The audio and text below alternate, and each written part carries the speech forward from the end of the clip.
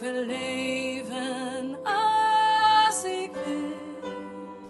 Moin, ich bin Anke Kell. Ich bin hier künstlerische Leiterin und Dramaturgin am Ohnsorg-Theater. Und du bist? Ich bin Harald Weiler. Ich bin der Regisseur des Stückes, über das wir jetzt sprechen wollen. Und wir sprechen über Wie im Himmel, as in Heaven. Genau. Kannst du in wenigen Sätzen beschreiben, worum es geht, für all die, die den Film nicht mehr kennen?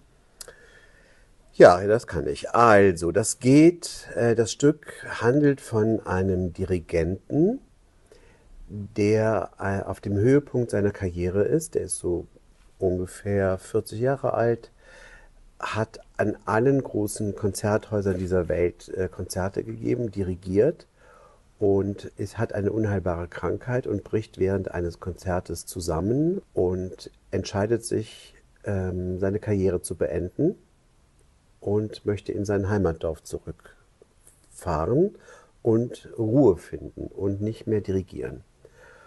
Und dann kommt er in dieses Heimatdorf, ein paar Leute kennen ihn noch von früher. Und in diesem Dorf gibt es einen semi-professionellen Chor oder eher vielleicht einen Laienchor. Und der Pfarrer des Dorfes begrüßt ihn und stellt ihm eine Wohnung zur Verfügung und bittet ihn, ob er nicht mal zu einer Chorprobe kommt und möglicherweise die Leitung des Chores übernimmt. Da wehrt er sich gegen, das will er nicht, und ich verkürze es mal, er verliebt sich in eine junge Frau aus dem Chor, er übernimmt den Chor und unterrichtet diesen Chor in einer etwas anderen Methode. Er unterrichtet keinen klassischen Gesang und kein klassisches Dirigieren, sondern er macht mit denen sehr spezielle Übungen, damit sie ihren eigenen Ton finden. Das schaffen die auch.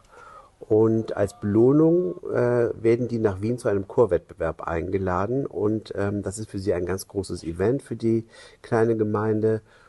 Die werden eingeladen, die fahren nach Wien und während die auf der Bühne singen und ein tolles Konzert singen, verstirbt der Dirigent. Das klingt jetzt alles ganz schlimm. Das ist aber auch eine Komödie. Also da gibt es sehr viele komödiantische Anteile drin. Nicht, dass man jetzt denkt, wir sind hier zu einer Trauerfeier geladen. Das ist überhaupt nicht so. Das ist schon ein sehr skurriler Haufen, der sich da trifft in der Chorgemeinde. Da geht es ja sehr viel um Musik. Also Musik kann ja auch fröhlich stimmen oder auch etwas melancholisch stimmen. Also Musik ist ja in der Wirkung auch ganz, ganz vielseitig. Der berühmte Dirigent Daniel Barenboim, ist ja ein Begriff, hat einmal gesagt, dass man über Musik eigentlich gar nicht sprechen kann. Also dass man nur die Wirkung eigentlich beschreiben kann.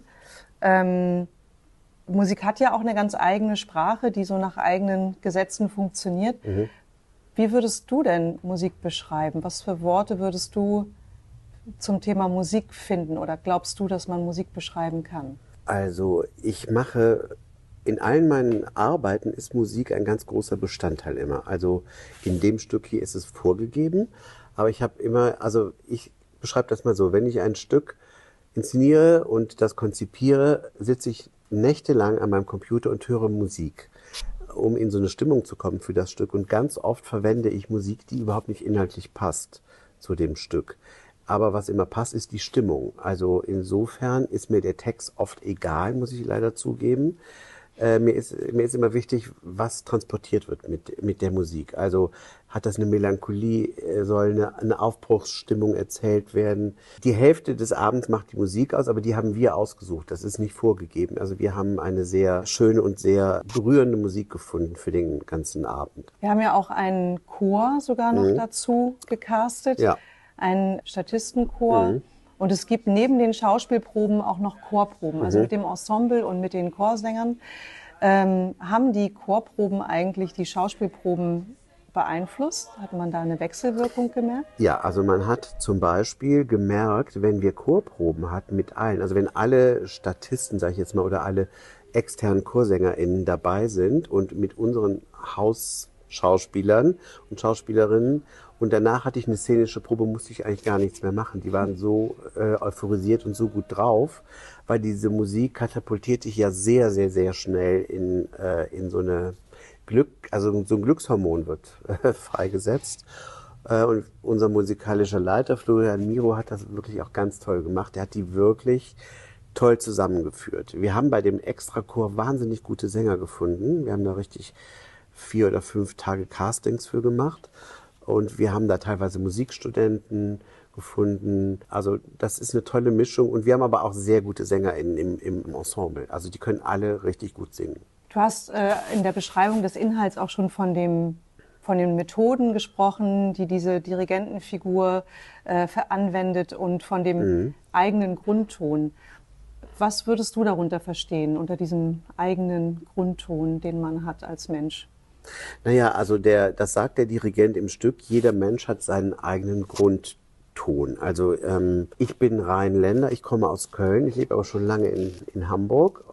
Und also mein Grundton oder der meiner Heimat das ist immer alles nicht so ganz ernst zu nehmen. Das ist so mein Grundton. Ich bin schon ein ironischerer Mensch, glaube ich, und ich habe oft einen schnellen Humor. Das haben wir im Rheinland so. Das ist hier der Grundton hier oben im Norden, empfinde ich als überlegter. Wir überlegen da nicht so viel. Die plappern eher. Am besten finde ich immer, wenn man das dann mischt. Also ich finde das Rheinland in Hamburg gut und umgekehrt das Hamburg in Rheinland. Diese Mischung finde ich gut. Also auch das Zusammenspiel von verschiedenen Tönen, Mentalitäten und so, wie im Chor. Wie im Chor. Ja. Die Vorlage ist ja ein Film von 2004, also hat schon ein paar Jahre auf dem Buckel. Nun ist ja gar nicht so einfach, so einen Film auf die Bühne zu übertragen. Wie bist du da rangegangen? Also dich da einzuschränken, zu fokussieren auf bestimmte Schwerpunkte? Was waren da so deine Prozesse in der Vorbereitung? Also ich mache das nie, aber hier wollte ich das machen, dass ich den Film vorher gucke zum Stück.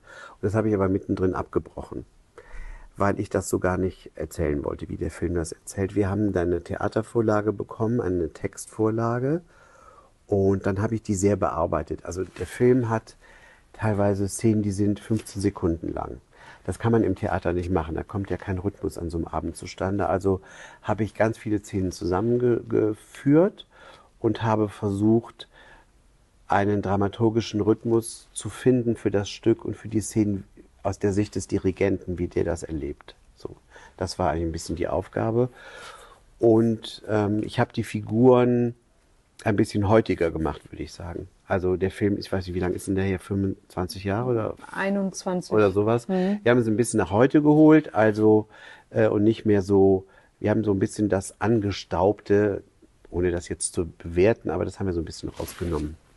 Ja. Und die Spielorte natürlich sehr reduziert. Ja, das muss man ja auf der Bühne. Also wir haben 2 Spielorte, einmal draußen auf einer Straße und einmal haben wir das Ganze in so einen Gemeindesaal verlegt, wo der 2 Ebenen hat. Auf der oberen Ebene wohnt der Pfarrer der Gemeinde und unten ist so ein Gemeindesaal, wo man neben Chorproben auch Yoga-Unterricht machen kann oder Töpfern oder also so ein allgemeiner Raum, den es in jeder Gemeinde gibt. So.